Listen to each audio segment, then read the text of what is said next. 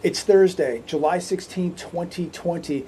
Late video this evening, just got back from Big Bear, but I thought it was important to make this video, and I want to talk about a few things that have transpired that I thought were really, really important to talk about this evening. One of them being the jobless claims that came out this morning. Jobless claims for the week ending July 11th, 1.3 million. This is absolutely horrendous. 17 straight weeks now where we have lost over 1 million jobs a week. In 17 weeks, 51 plus million Americans have filed for jobless or unemployment benefits. This is absolutely insanity. These numbers are absolutely horrific, and this should be telling you exactly where we are at, where this economy is at right now. Yet, Dow Jones was only down 135 points. Markets have been on fire. They've been surging. They've been rallying, going absolutely nuts because the most powerful central bank in the world, the Federal Reserve, continues to inject tons of money into it. Imagine where we would be right now if these markets were not manipulated. If the central bank, the Federal Reserve, can just not pump trillions of dollars into these markets, where we would really be right now. This economy is in massive trouble. It is on life support, and we are going to see things that we never thought humanly possible here in America because of what is happening economically here, what is happening to this economy, and what is happening to the average American. Here's an article right here. In less than 14 days, the government will sever its $600 per week unemployment lifeline. This is going to be much scarier for millions of Americans than any infection. I can promise you that. The lifeline is coming to an end, ladies and gentlemen, for millions of Americans. And so what does this mean? The average Joe sitting on the couch now is going to have to get off the couch and go find a job. But the question is, where is that job going to be? We are bleeding over 1 million jobs a week. We have anywhere from 30 to 40 plus million people right now unemployed in America. I know the government numbers will tell you it's 18 million, but the real numbers are well over 30, probably around 40 million plus people. I mean, we just added another 1.3 million today. And when we look at companies all over America already telling their employees that more than likely they're going to be laid off. Look at American Airlines talking about 25,000 people that they're going to be letting go. We look at how many retail stores will be closing in America. Where are all these people going to go? Where are they going to find jobs? The unemployment numbers are going to continue to skyrocket. But the average Joe is going to have to get off the couch and try and find a job. Where that job is going to be, I have no idea. But while he's trying to find a job, the Fed will continue to pump billions, if not trillions of dollars into these markets while the average Joe gets obliterated. So the wealthy are going to continue to get wealthier, and the poor and the middle class will continue to be wiped out. And that is exactly what's happening right now, and it's going to continue to happen. People will, at some point, if they have any savings left, they're going to turn to that savings, because once these $600 bonuses end, look, if they do not extend these bonuses in a couple weeks, it is going to be lights out for millions of people. If any of these people do have any savings, they're going to scorch those savings quickly. Unfortunately, most people, if they had a savings, have already used it up. You know, again, I've said many times, 80% of this country was living paycheck to paycheck, and a majority of this country had absolutely zero in savings. They had zero emergency fund. And if they had anything, more than likely, most people have already used it up. If they haven't, they're going to be using it up very, very quickly once these bonuses run out. Unemployed Americans spent more with $600 weekly boosts than before. Now, I mean, think about that. People were spending more money while they were unemployed than they were when they had a job. Americans who received enhanced unemployment benefits spent roughly 10% more than when they were working, according to Reuters. So did any of these people save any of that money? According to this, more people were out shopping at Ross, shopping at Walmart, more people buying big screen TVs, more people buying Nikes, more people just, wasting money, just basically thinking that these bonuses were going to be endless. And unfortunately, many of these people have found out that they already don't have a job to return to, that the restaurant or the company that they worked for is now permanently closed. So while they were out spending money and not saving, now knowing that the $600 bonuses are coming to an end, many of these people now will begin to start looking for a job when they should have been doing that months ago. So they wait till the last minute. Now they're going to go look for a job. And unfortunately, there is not going to be a job waiting for millions of people. 63% of jobless workers are making more on unemployment than they were working. I mean, what is wrong with this picture? This is just setting people up for a disaster. When the program ends, there will be a steep fall in spending. If this payment isn't extended through the end of the year, the poverty rate could rise from 12.3% where it is right now to 16.3%. And when you think things couldn't get any worse, here's an article today. Eviction looms for millions of Americans who can't afford rent. We've been talking about that for quite a while. I think this was might be on the Wall Street Journal, I'm not sure. Nearly 12 million adults live in households that missed their last rent payment, and 23 million have little or no confidence in the ability to make the next one, according to weekly Census Bureau data. Hedge today, reality check. Job gains appear to be slowing or revising in July. This is happening while we have the rental moratorium ending July 24th and the $600 bonuses ending July 31st.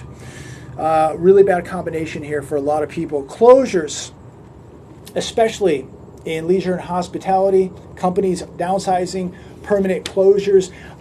What are these people going to do? How will they pay rent? Many of them will not. So either they're going to be moving in with friends or family members, or the last option, they go homeless. And many people are predicting that we're going to see millions of people go homeless. And many people were just a flat tire away previously to be in very, very big trouble. When you have a country where 80% of the population is living paycheck to paycheck, you take one paycheck away from the average American. If they don't have a friend or family member to fall back on, they're homeless. This is the reality we are living in today in America, and I cannot even believe how bad things are getting, how fast it's happening. 30-year mortgage rate reaches lowest level, 2.98% for a 30-year. So I ask myself, why aren't we seeing record-breaking real estate numbers like back in 2005 and 2006, where we're at 2.98% on a 30-year?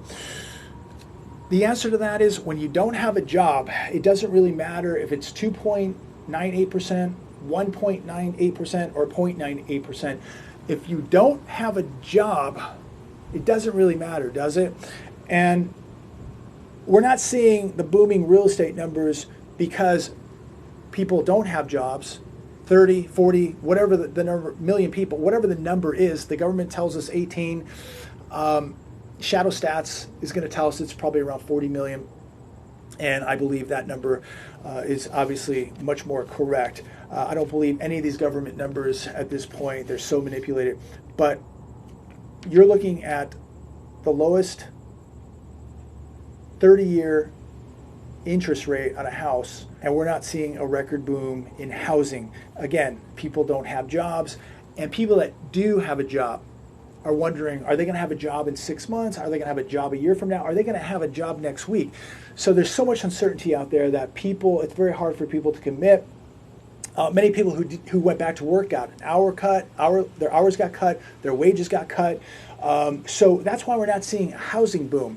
Yet they're telling us right here in another article, home builders, optimism explodes higher as mortgage rates plunge to lowest record lows. Over 50 million Americans again, filed for unemployment benefits in the past 17 weeks. So they can be, they can have all this optimism all they want, but at the end of the day, they're not going to see record housing sales. Again, look, 51 plus million people filed for unemployment benefits in the last 17 weeks. How can you have optimism in the housing industry? I don't even understand. It's such a contradiction. When literally half of America now is not working, they're talking about a housing boom in America. Ain't gonna happen. Is not going to happen, ladies and gentlemen. It's impossible. This is why we see the automakers, optimism. That's great. You can have as much optimism as you want. You're not going to see record-breaking numbers because half the country is not working. And we have big trouble coming. This is just the tip of the iceberg. Another article today, it starts, mortgage delinquency suddenly soar at record pace. Overall delinquency rate jumped to 6.1%, up from 3.6% in April last year. Experts see a rise in delinquencies in the next 12 to 24 months. Remember, we also have nearly 5 million households in forbearance. People not making a mortgage payment for months now because they can't afford to. So how, when the forbearances end this fall, how are these people going to make up these lost payments? So again, all this optimism, and this is another problem we've had for a long time now, especially over the last year, all this fake optimism that the politicians sell us, that the television sells us, the fake optimism with the trade wars, the fake optimisms with finding a cure for this infection, the fake optimism with the home builders, all this fake optimism with the economy, it's all fake. Because all you have to do is connect the dots. When you have half your country not working, when you're bleeding over 1 million jobs a week, how in the world are you going to have a real economy? And an economy that is being completely held up by the Federal Reserve, pumping tons of artificial